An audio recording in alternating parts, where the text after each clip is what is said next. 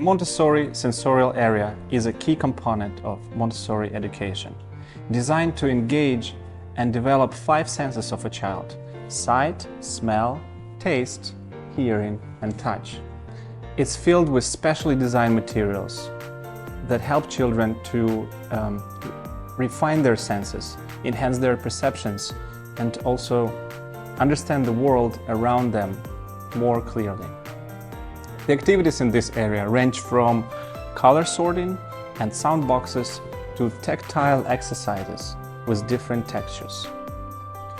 Through this hands-on experience, children learn how to differentiate, classify, and also appreciate their environment, which lays a good foundation for later academic learning in such areas as math, language, and science.